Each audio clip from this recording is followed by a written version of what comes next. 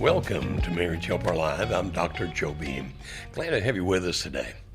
You know, several years ago, kind of a religious scandal. It wasn't really a scandal per se, but a lot of people in the religious world were shocked when Dr. Charles Stanley, a well-known minister from Atlanta, Georgia, who had television programs that were broadcast all over the world, and known not as one of the televangelists, but as a man who was really a biblicist who taught the Bible. The world was shocked, the religious world at least was shocked, when his wife divorced him. Now, Dr. Stanley has passed on. He's with Jesus now, and so has that wife. She's gone as well. But I want to talk about it because when people ask, what happened? Now, was there an affair? And there was not. Was there some kind of terrible thing going on in your marriage? Not really. But when they ask her, why did you divorce Dr. Stanley? She said, because I felt alone. He was busy all the time. He was gone all the time. It was like I didn't have a husband. And even in one of his own books, he talked about the fact that in his ministry, he stayed too busy. That's a quote, by the way. And so let's talk about that for a while. How does it affect a marriage if one spouse, either the husband or the wife, is so busy doing other things, so involved in other things that he or she is not there very much for the spouse? Is that a cause for people to want to be out of a marriage? Well, we'll talk about that. Because when you look at the research, the top three motivations that people have that lead them to want to be out of a marriage is, I don't feel like you love me, or I don't feel like you like me, or I don't feel like you respect me.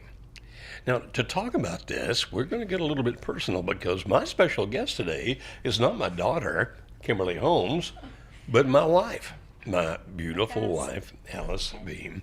Now, for anyone who happens to know our story, let me just give it to you briefly. Alice and I are in our second marriage to each other. We were married for the first time for 15 years, and then I divorced Alice. I left her for another woman, which was a tragic thing, by the way. And it took about 3 years for me to come to my senses and finally come back and ask Alice if she would be willing to take me back. She manifested a lot of grace, a lot of mercy, and she forgave me and she took me back. And so now we were trying to put back together a marriage that I had destroyed. Now, it wasn't always easy because of the fact that some of the things that had led to our problems were not yet fixed. But in the realm of what we're talking about right now, Alice, it wasn't long after we remarried that I was off traveling all over the world, particularly across America. I was doing corporate speaking for people like Sears. For you younger people, there used to be a store named Sears, and they were all over America, and for United Artists Cable, and for many people like that. So what I would love for you to talk about is, how did that affect you that we'd remarried? We're trying to put a marriage back together. You've been very gracious to forgive me. And now, not too long into that marriage, I'm flying away quite a bit. So would you mind telling folks how that affected you? Wow. You know, when I think back on that, Joe, it was a very difficult time. Mm-hmm. We had just gotten back together, not that many, probably a year and a half. We'd been back together and we were working on things. And like you said, not everything had been fixed, but we were really working toward, you know, our relationship becoming good again and getting close to each other again. So when he started traveling a lot, it was kind of a mixed bag of things because he was paid a lot of money. And that was nice. That was nice. That was nice. But what it did, because the more he spoke and the more he was out there, because he is fantastic at what he does.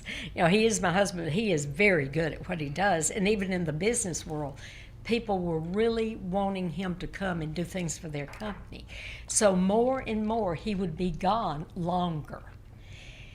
And what was difficult for me, and I'll have to go back to our first marriage, y'all, if you'll just indulge me for a moment. Okay. In our first marriage, I did not feel like I had a voice. Okay, so I I did not feel comfortable disagreeing with him or telling him things that I really felt that would be negative, if you understand what I'm saying.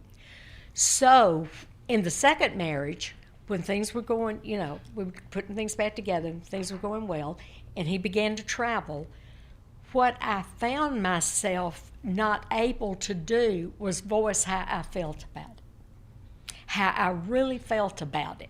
And why didn't you? Why didn't I feel that way? No, why didn't you voice what you were feeling? Well, yeah, that's what I meant. Sorry.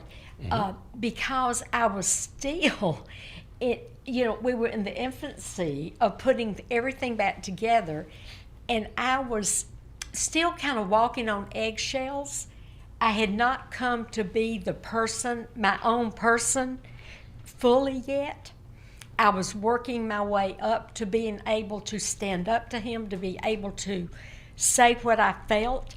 So it had not been that long that we were to get back together, and I did not want to do anything that would Sabotage? sabotage. So let me ask you a that. question. Obviously, you were in the driver's seat. You were the one that had chosen to forgive me, Right. to take me back. That's right. So since you were in the position of power, if you will, how did you feel you had to walk on eggshells?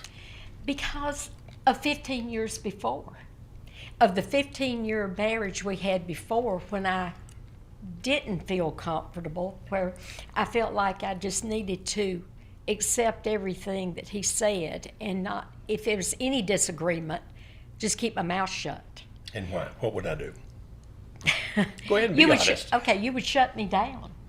He would shut me down. He Now, doesn't you don't do mean that physically. now. I was never physically. No, not not anything physically, but just why do you feel? Why? Why do you feel that way? I would keep asking you questions until finally you just gave up. I just gave up because it was easier just to give up than it was to try to explain the way I felt. And I hope this is making sense. It's making a lot of sense. And I didn't realize how badly that was affecting you because you were afraid to tell me. Yeah, I was totally afraid to tell him. I'm not now. No, Not as much. I mean, let's go back. No, she's not afraid now. She'll tell me. I'm not as afraid now, but I was then. And When the you say not lonely- as afraid now, you're not afraid now at all. I'm not are you? afraid now. No, I'm not afraid now. You just try to be gentle in the way you say it typically. I do. I try to approach it in a different way. I try, over the years since we've been back together, what I have learned and what Joe has shared with me is I try to understand where he's coming from with things and why he, why he feels the way he does about things and things like that. And I try to see it in his perspective. And I think I don't think he does that with me too. You Yep. see more where I'm coming from and why it means so much to me. Because sometimes she'll actually say that. I don't think you're hearing me. Right. I don't think you hear how I'm feeling, how I approach this. Right. And do I listen? Yes, you do. At least most of the time. Most of the time. Well, I'm not, the same here. We're not perfect, but we are good with it. We really are. Much better. So in this second marriage where you're afraid to tell me what you're thinking and I'm gone a lot, I guess the positive side was I was bringing home some pretty nice checks. You were bringing home money. And it was nice, but it did not take care of the loneliness I felt, of the thinking about what it was like for the 3 years that we were divorced. That I was, I felt so alone then. So And- I was still triggering some of those negative emotions You were triggering by a being lot, gone a lot. yes, of the emotions. I didn't yes. realize that. Yeah. Okay, so this went on for a while. It did go on for a while. It did. Oh, and by the way, don't- so you guys can know, about half of that travel was speaking for churches. And I guess you also felt like, well, if he's doing good, he's Yes. up there.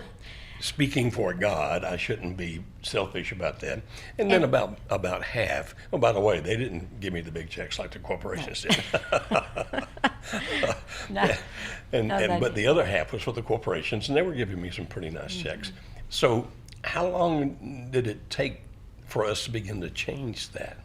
oh wow, when I think back on that, I think really, honey, I think it came within me too. It's not, guys, it wasn't that I did not trust, I trusted him. I absolutely trusted him. I did not think he would ever, have an affair again or anything like that. And, that's another whole subject that we won't go into, but I trusted him. But it was just those triggers of feeling that loneliness and, by myself with the girls and just not have, we would go places, even to church or whatever, and families would be there. And it was just like, it was almost like, well, I'm back to being single again. Is that how it felt, really? It did at times. But you were asking how long did it take to get over that? I would say probably just a year or two. I mean, I think. And tell the folks how we got over that. How we got over it? How did we get over it? I don't understand you. Well, both you and our children, particularly Kimberly, who was our youngest child, began to tell me Oh, yes. Yeah, the girls. Yeah. that you're they not didn't here want- for us. We feel Yeah. left out. We feel abandoned, and that gave That's you more right. courage That's to tell right. me the same kind of thing. And that's when finally we decided. Now this went on for a while, until finally I thought, wait a minute, I've got to find some way. I still need to make a living. And in the meantime, we had started working with Marriages and then, yeah. and that got tough financially because I wasn't making all that corporate money anymore. And we decided, as you recall, Absolutely. we needed to move. To either Dallas or Nashville. And the reason we thought about that was because of the fact that I could still speak for a lot of churches and do what we need to do in our organization here where we help marriages and families. But I wouldn't be gone as much because Right. it'd be like a driving thing. I could drive over there and speak and be back that night. Whereas we lived in Augusta, Georgia, or at least in the Augusta, Georgia area. And if I had to go anywhere, I'd have to fly to Atlanta, wait a couple of hours, and then get on another plane and fly out to wherever that was. Whereas in Nashville and Dallas as well, then there are a lot of direct flights. So, for example, if I were going to be on the Today Show, NBC's Today Show, I could fly out one afternoon and fly back the next afternoon, Yeah. and not be gone those long periods of time that I was. And so we decided to do it, to move. But did the move scare you? The move didn't scare me. I was actually looking forward to the move. And when we were, because it took us about a year or so. To work it out? It did. It took about a year or so to work everything out. And the thing that worried me during that year and a half, what if this doesn't work and we're not able to move?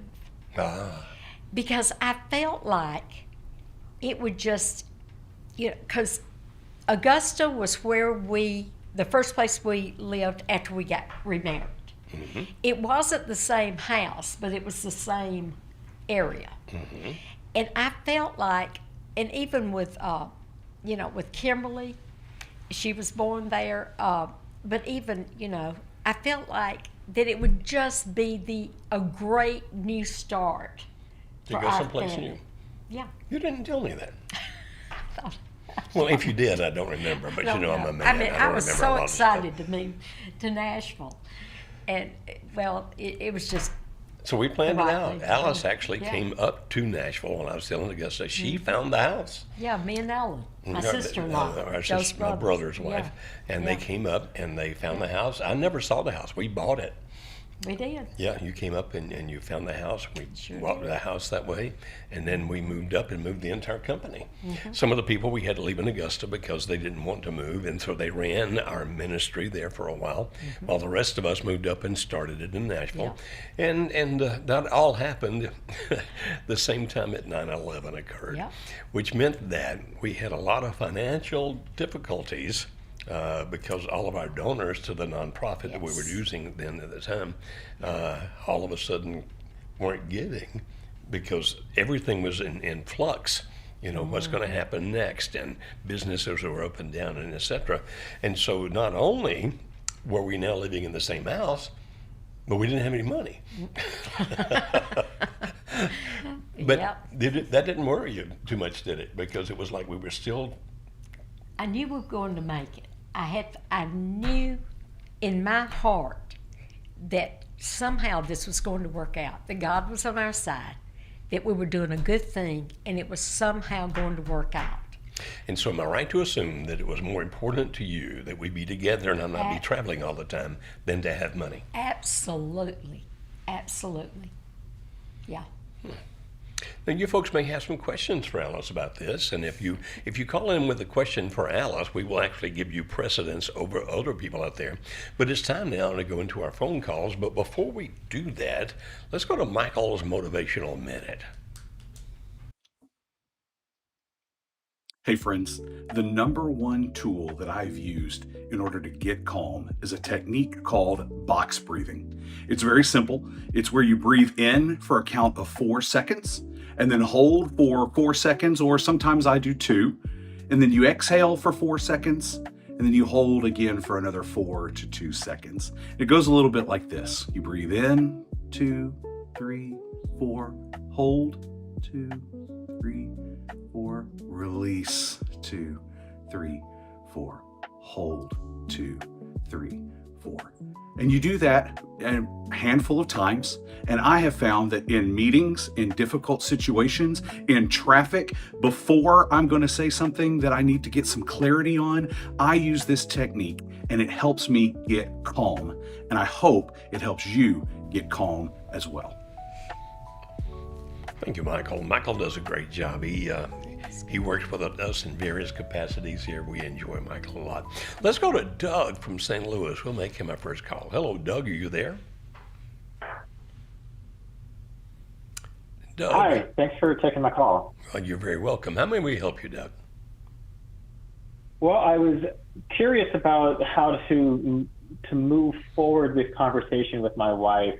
She told me about the separation in early January, moved out of the house on January 30th, and then 2 weeks after that asked for stricter communication boundaries to where she just wanted to limit it to essential only. Mm-hmm. And I've been honoring that for the time since, but she came over last week on Monday, and I noticed that she wasn't wearing her ring, and that opened up a conversation where I simply asked, what does that mean? And the conversation that ensued was about 2.5 hours long, during which time we covered a lot of ground. From I felt like it was okay to take it off, and I don't love you. All of that stuff unfolded in a 2.5 hour long conversation.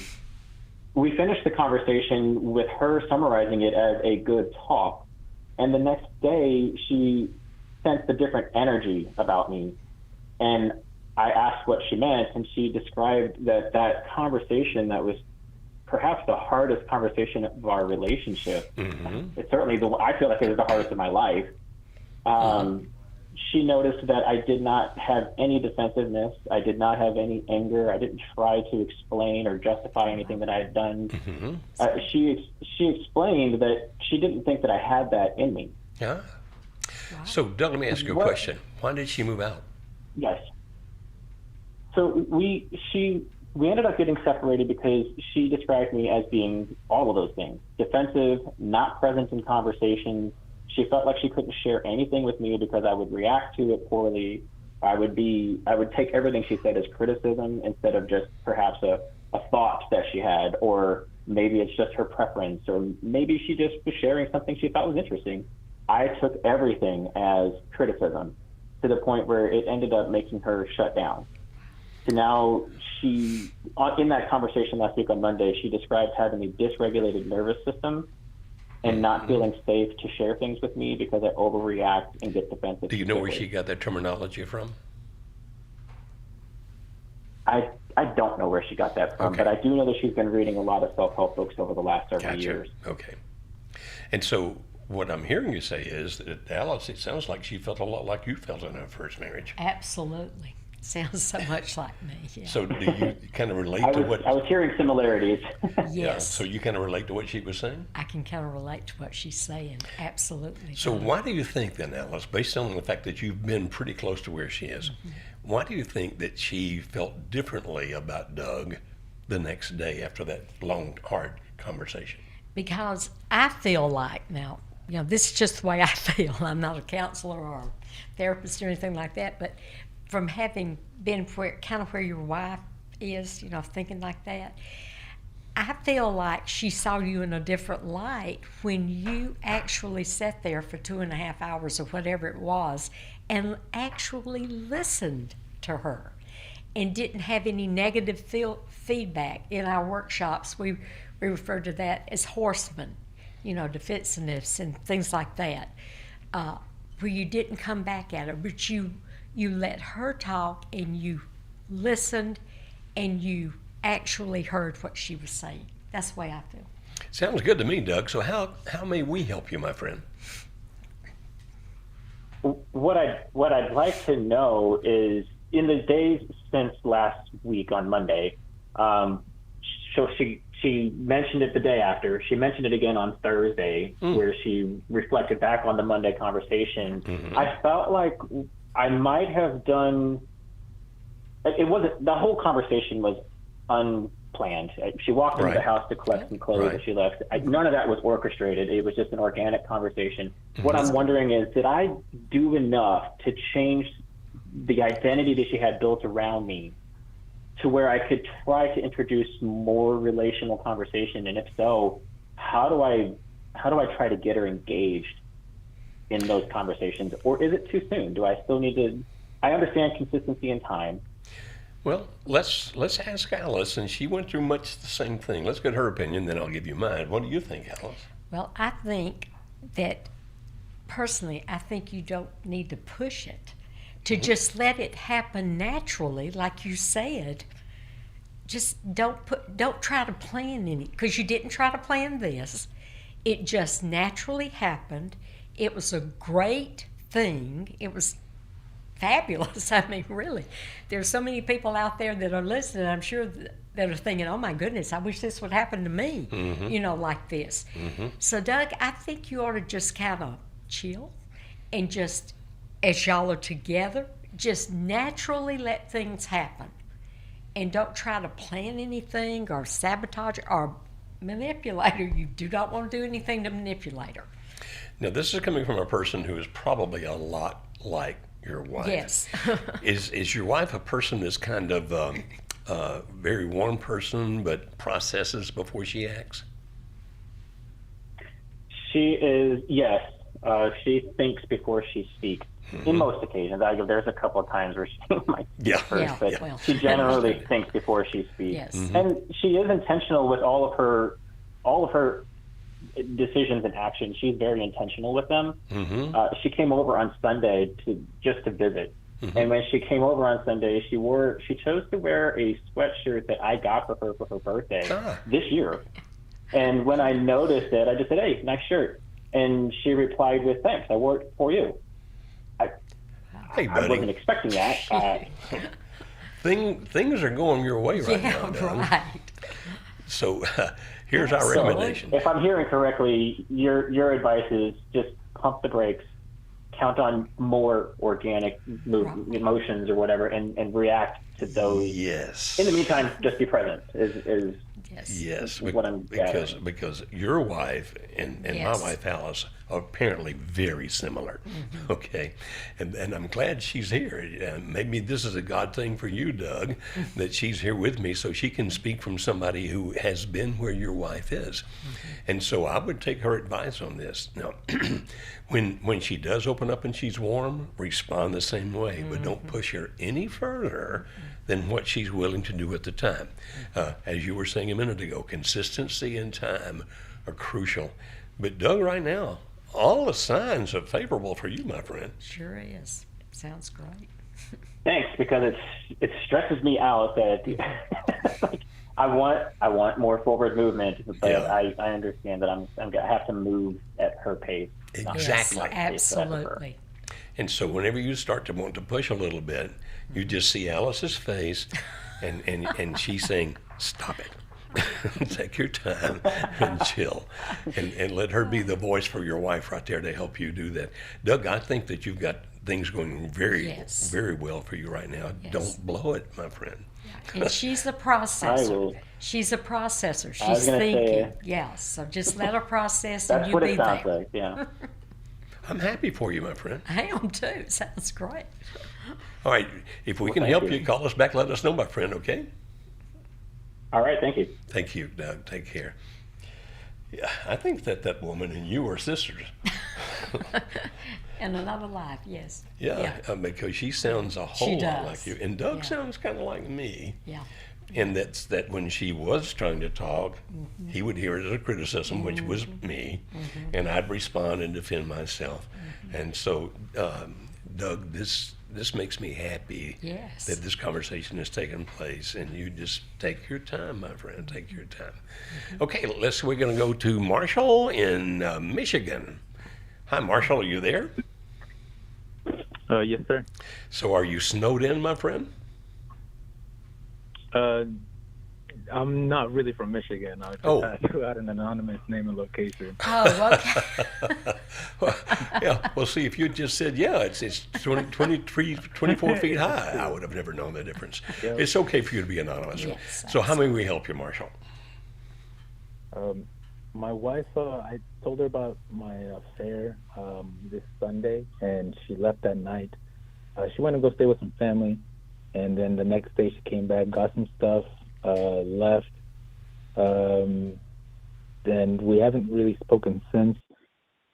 She's had her own thing with someone online for a couple of years. Doesn't really know him. Doesn't know what his face looks like. But she seems to have a real thing for him. She told me- What do you mean then? she wants. Well, she's had her own affair, I guess, emotional affair, and With a she, guy that she doesn't even told know me what that- he looks like. Online Correct. is what he said. Okay, Online. that's what I'm saying. Okay, so Marshall, how long have you guys been married? 7 years. 7 years. All right, and I don't want to pry, but can you give me just a little information about your affair? How long did it last? How did it start? And is it over? It's over. It was going on for a couple of years, yeah, it's over, and that happened for a couple of years. What was the other question? I'm sorry. Well, okay, that's what I want to know. It's a couple of years and it's over. How did it start? I reached out to her. I don't really know what made me think about it. I just reached out, and one thing, of course, led to another. Okay, and so why did you tell your wife? She kind of was acting kind of strange all week, and it felt very tense around the house. And so I don't know. She blew up out of nowhere on Sunday and just stormed out of the room and said, "You cheated on me, and you cheated on me." And it'd been weighing on me for a while. And finally, when she just asked me about it, I just told her. Okay, so you just told the truth when she asked. What made her? Do you know what made her think, or what made her realize that you were cheating on her? Yeah. She unfortunately found some underwear in the bathroom. Okay, so she had evidence that you were doing it. Okay. Yes, sir. Now, are you sure she's been having an emotional affair for a couple of years? Are you positive about that? Yeah, I've seen the messages. I've seen messages. And have you confronted her about that in the sense of asking her what that's about? Yeah, I have, and she says that she just feels like, she feels listened to. She feels like she can talk to him about things. So I know I should listen to her about some things, but it's a little uncomfortable sometimes because she talks about like supernatural, like spiritual stuff, like tarot readings and No. astral projections and things like that. Oh. And so I don't know what to think of it sometimes. Mm-hmm. Did you ever ask her to stop the interaction with that guy? I have, and she told me that she won't. Well, actually, she hasn't spoken to him in 4 months. So she says he's deleted his accounts and hasn't heard from him since. But this has happened before, where he's deleted his accounts and then he just comes back out of nowhere.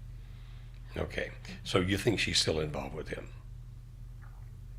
I don't know for sure. I don't know, yes or no. Okay, So, do you think that she was, and I don't know how to ask this any other way, so forgive me if it doesn't make sense. Do you think she was relieved or happy to find out that you had had an affair so that she could justify leaving you? A little bit of both, because she did admit some guilt, that she had some guilt of her own, called herself a hypocrite. Uh, I don't know. She did cry a lot and she was shaking. So I think she might have felt both a little bit in a way. Okay. Did she make any statements about still loving you or anything like that? When she came to get some things, we did hug for a good moment and gave each other a kiss on the cheek, and we did tell each other we love each other still. Okay. So how may we help you? I'm not sure where to move from here because we used to have shared locations. We used to just talk to each other all the time. She disabled her location. She told me to stop asking her mom because she's been sick before, and she spiraled thinking that people were poisoning her, that people were out to get her parents. Like it became a whole. She had a big infection, and it didn't sit well with her, obviously. But I was worried that was what was going on again. But she won't take it. I mean, she took the test with her, but she hasn't told me if she's taking it or anything. And she told me to stop contacting her family about it and asking her, which I reached out once to each of her cousin and her mom, but I haven't reached out since. I haven't reached out to anybody since. I've just kind of been Okay. getting her I straight. kind of got lost in all this. When did you tell her? I told her this Sunday. Okay. And she just moved out. Yes, sir, on Monday. Okay. And you do or don't know where she is? I believe she was at her cousin's. That's where she Okay. had told me she was at. Okay. That's the last thing I know. And you're telling me that she's paranoid about being poisoned and things like that? Not this time that I know of. This time Okay. she's been saying that one of her exes is coming out to get her or me. The last time she was saying that it was my ex coming to get me and her. Okay. So she is somewhat paranoid. How, if I may ask, how old is she? She's in her early 30s. Okay. How old are you? 32. Okay. All right. So your specific question then is what, my friend? What can I do from here? Okay. You said you're talking every day. Is that correct? No, we haven't. We used to talk every day, but Oh, we you haven't used to talk spoken every day. since. Have you heard from her since she left? No, sir. Okay. All right. The first thing to do is give her some time here. She's got to process the fact, she found the clothing and she confronted you and you admitted it, which actually is a good thing that you did. So thank you that you did. And give her some time. Give her some time to process. Give her some time to think it through. But at some point, if you have any way to communicate with her, either by email or text or any other way, and I wouldn't do this immediately. I'd let at least a couple of weeks pass. I would send just a very simple text saying something like, I know I hurt you. I would appreciate a chance to talk to you. And then leave it at that. In other words, don't push hard. Take it very easy. But if at some point she agrees to talk with you, then you guys have got a lot to talk out. Now, it sounds like that her beliefs are more into the new age kind of thing. Is that correct? I wouldn't really know what to call it, but Okay. it's yeah. And what belief system, if any, do you have?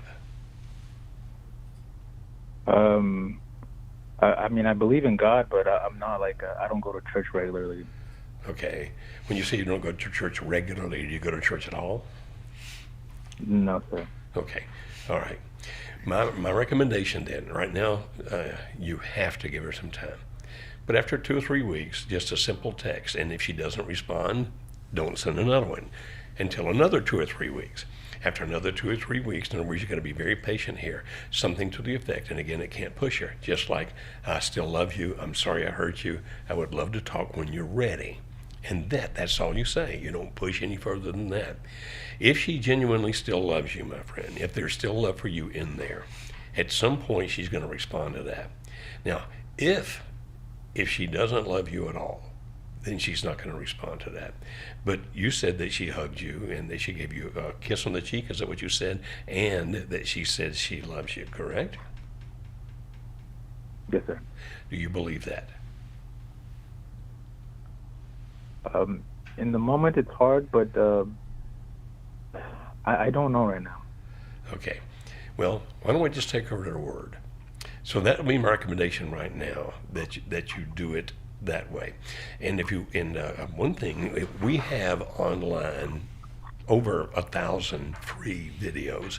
If you go to youtube.com/marriage helper, all one long word, marriage helper, we have videos on all kinds of topics there, and I think you can find some there that will help you in the meantime know what to do and how to do. And those are all free. Okay? Okay. Thank you, sir. All right, you're very welcome. I hope this works out. If you do get some kind of contact with her and she does start to respond, then we can help you better. So that'll be the time to contact us again, okay? All right, you take care. I didn't hear. Got your video. Our producer is talking to me, and I thought it was God. This is interesting. Okay, our producer is talking to me, but I didn't understand what he said. Here's what we're going to do. Our telephone number, if you would like to talk to us. Good grief, I can't see that. 615-912-2998. That's 615-912-2998. If you would like to talk, call there. Our call will be screened and we'll talk to you. We've got some calls waiting, but right now what we want to do is to go to Coffee Grounds with Nathan Grounds.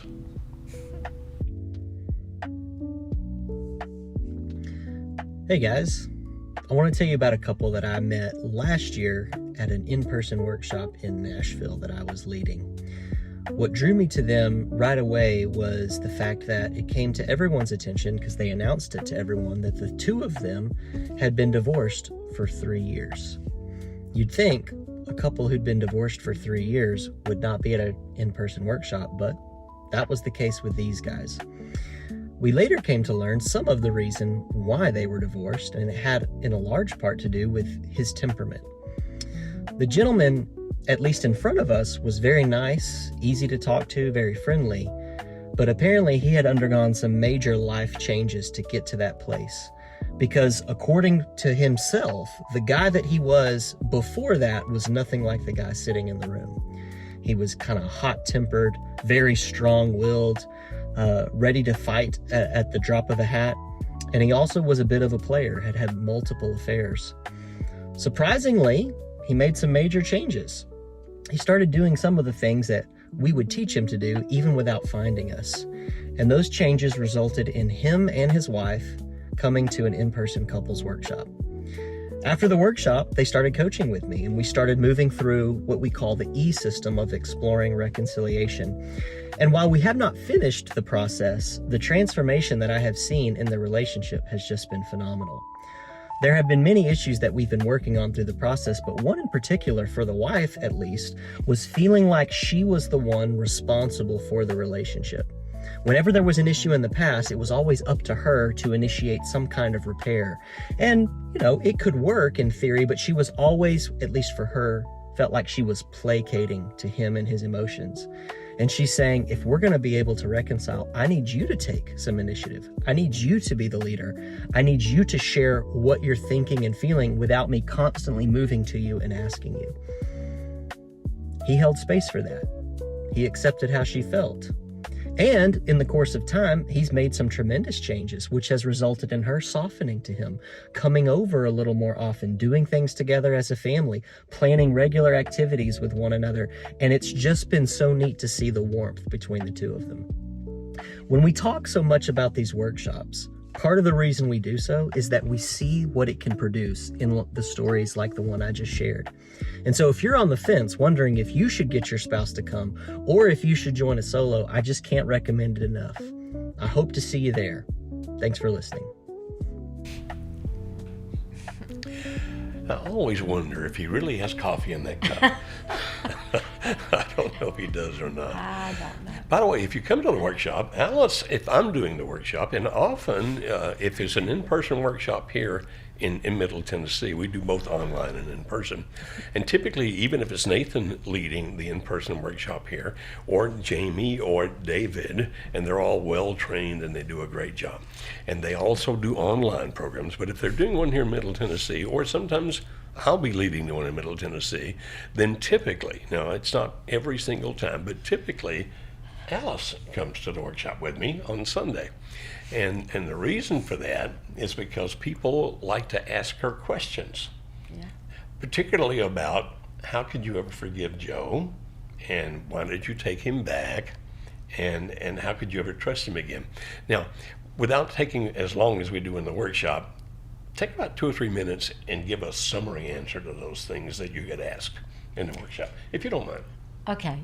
Well, I hope I can do it quickly. Remember, I'm a processor. But yes, when Joe asked me if I would consider taking him back, I told him I had to think about it. I didn't know, because I had I'd gotten to a pretty good place where I felt really good about myself. And but the 2 weeks I took to think about it, that I told them I was going to think about it, I was asking everybody's opinion. Of course, everybody said I shouldn't take him back. Wrong thing to do. Could never trust him and all that. But the thing that I could not get past was, what if I do take him back and it can be a different relationship? I knew I did not want the relationship we had. I did not want the same marriage like we had. I wanted to be able to have a voice. And on the other hand, I knew that if I told him yes, there was no guarantees. I'd be going into it just not, I don't know if it's going to work out or not. Mm-hmm. I had actually already been seeing someone, and the more I thought about it, that 2 weeks I thought, everybody has baggage. Everybody has baggage. But what I knew with Joe is that I had 15 years and 2 children. And I could not imagine those children not being with their dad. And what I could not imagine is telling him no and then wondering the rest of my life, what if I had? What would it look like? So I'm glad you did. So I am too. how could you forgive me after what I'd done? Well, because you had to forgive me. I mean, everybody But you thought didn't I have the affair. I did. I know you didn't, but there were things that I did that was not, I could have been more there for you. There were things that I did that I felt like. No, you're not taking responsibility for my No, decisions. I am not taking responsibility for his affair. That was him.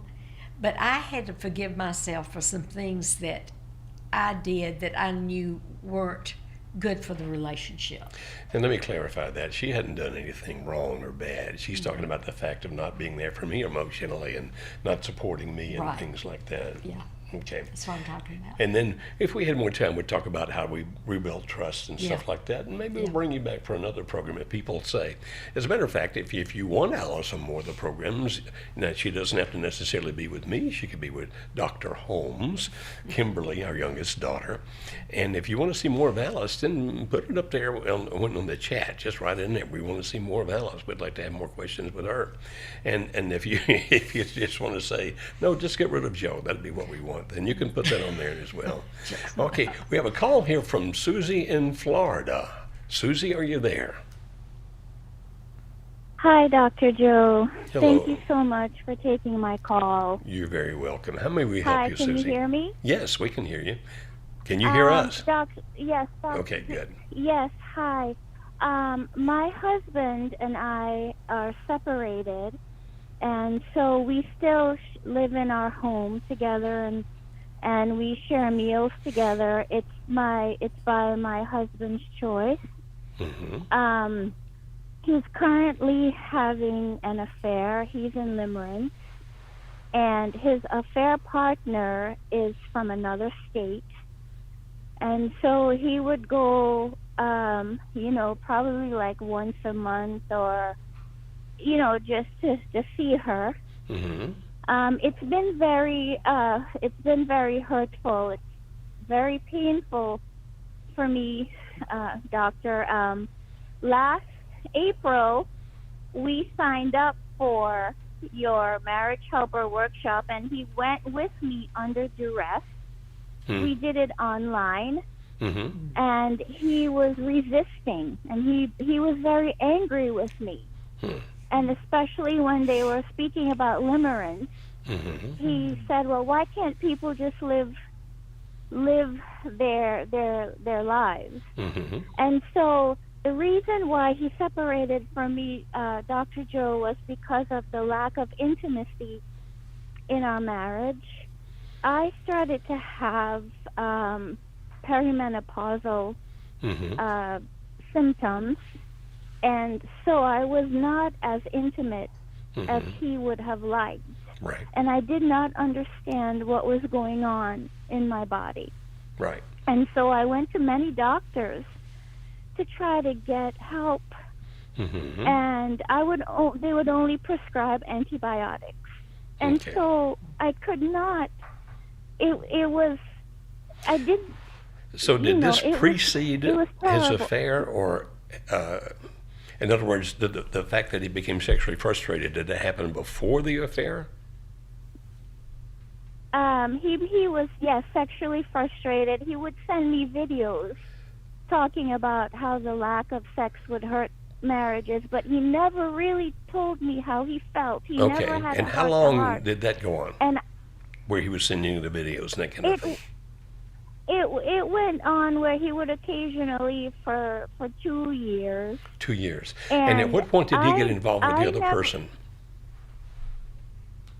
He's been involved with this person for over a year now. He met her. They play an online game together, and she played on his sympathies. Do you know anything about And her? so- Like how old she is or anything like that? I don't know. I don't know her age. I don't know her age. I apologize for the background noise. I had to step outside. That's okay. So you don't I really don't know know anything her about age. this woman, but you know that he goes to see her every No. so often? Right, and she lives in Tennessee, and she was divorced. She's divorced, and I'm not sure if she has children. So are or you not. divorced? No, we're not. We're not. We're still together. We're still living at home. Do you ever have And sex the with each other reason now? No, Okay. And when you say No, living we together, don't. does he sleep in the same bedroom with you? no, sir. Okay. But you say you share meals No. together. So are you having conversations? Are you communicating with each other? Yes, we do. We speak to each other. We talk to each other casually. I treat him as a friend. He Okay. treats me And how as a does he- friend, as okay. a roommate. All right. So how may we help you? What can we do for you? Well, my husband, as I said, he blames me for 100% of our failed marriage. And he has a lot of anger and resentment towards me, Dr. Joe, for not giving him the sex, I'm sorry, for being so blunt, that he needed. And he doesn't trust me anymore. Doesn't trust you in And what sense? Right. And he says that we're not equally yoked, and no amount of scriptures from the Bible will help in our situation, and that he's thinking about getting a divorce, but doesn't want to rush into anything. That's kind of interesting, Right don't you now. think? The fact that he's still living in the same house with you, the fact that he's not rushing into a divorce. He's angry with you without a doubt, but he's still living with you. So apparently he's not ready to go be with this other woman, wouldn't you think? Right, but that's what I think. He said he wants to make sure that we're financially secure. How old is he? And so my Go ahead. How old is he? My husband, he's 51. Okay. So what we have going on here is he's gone to the online workshop. He got angry when he heard about limerence. He's been involved with this woman for about a year, and yet he still hasn't done anything about leaving the marriage. He's still married to you. He's still living in the same house. Now, if indeed it is limerence, and it sounds like it is, but if indeed it is limerence, it at some point is going to start to fade, which means that if he keeps dallying like he is now, at some point this relationship with this other woman is going to come to an end. Here's the question for you. If it ends, do you still want to be married to him? Yes, I do, Dr. Joe. I love my husband very much, and I want him to come back to the Lord, and I want him to come back to me. I want my marriage to be saved. Good. I want it to be as well. Are you using, or have you used the coaching that came with coming to the workshop? I use the Smart Contact. I use the pies. Smart contact. And I also signed up. I was in Kimberly's workshop for the pies that she Okay. had recently for Right. 6 weeks. Have you worked with one of our coaches? Yes, I worked. I worked with Scott. He's wonderful. But because of my husband does not want to pay for the marriage helper workshop, and I'm the one who's still paying for it. I see. And I'm not as financially secure as I am right now, so I see. I couldn't afford any more I coaching understand, sessions Susie. with I get Scott. it. I get it. Well, Susie, it kind of boils down to this. I think you have a lot more control of the situation than you think you do. He's still living in the same house with you. He's still eating meals with you. I'm assuming that you prepare those meals, or at least somebody does. And he's not ready to pull the trigger on ending the marriage. You know, sometimes people do what they're allowed to do. Now, if you're happy with the situation as it is right now, then indeed what you can do is just continue to live this way and hope that at some point he gets past the limerence. If you're not happy with I'm stumbling over my language here, Alice, as it is right now, then what you can do is you can demand that something happens. What I mean by that is you can say, look, either you stop the contact with her or you move out of the house. And you have the right to do those kinds of things. Now, I know that you want to stay in the marriage, and I'm all for that. And I hope and pray that he comes to his senses. So, Susie, the only two choices I see for you right now, either you continue to tolerate what you're living in at this moment and hope that the limerence ends and he comes to his senses, or you will do something such as seeing an attorney and go ahead and saying, nope, we're going to stop this, and hope that by doing that, that you can bring him to his senses. Now, for all those other people out there listening, I typically do not recommend that you go find an attorney and make a final threat thinking that's going to straighten your spouse out, because you never go see the attorney unless you realize that that might be the end. So you don't use it as a threat. You don't use it to manipulate the other person. You only use it when it's like, okay, something different has to change now. Well, Alice, we're almost out of time here. What else would you like to say to this good group? Well, just Summarize what you learned about not putting up with being ignored. what I learned from standing up for myself is that I feel better about myself, and that Joe respects me more, and I totally have more respect for myself. But what amazed me is the respect that I gained from him from doing that.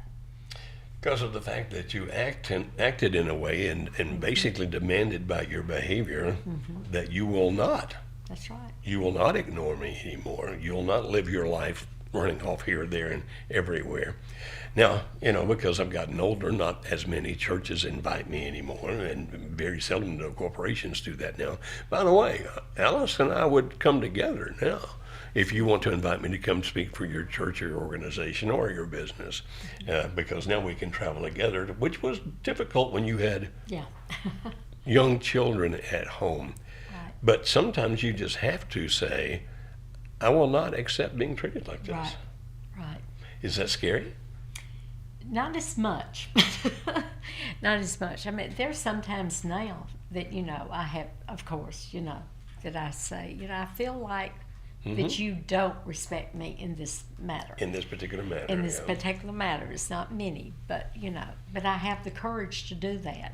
And I really feel good within myself when I do that, because I feel like, for me, it's the right thing, and for you, it's actually the right thing that I tell you that. Absolutely Because you it don't know unless I tell you. Exactly.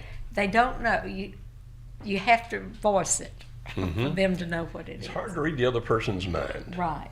And it's not fair for you to be mad at the other person when you have not told them, what you're angry about, because they have no idea. But that happens all the time. Well, he should just know. Right. And he can't know unless you tell him. I appreciate that. Alice, thank you so much you're welcome. for sharing an hour with us and coming on the program. Again, if you guys would like to see more of Alice, then let us know. You can put it here in the comments to Kelly there, who is operating that, or you can call us and tell us that.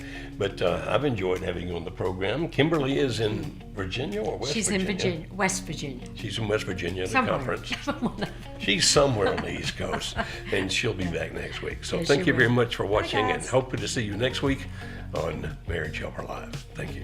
Bye.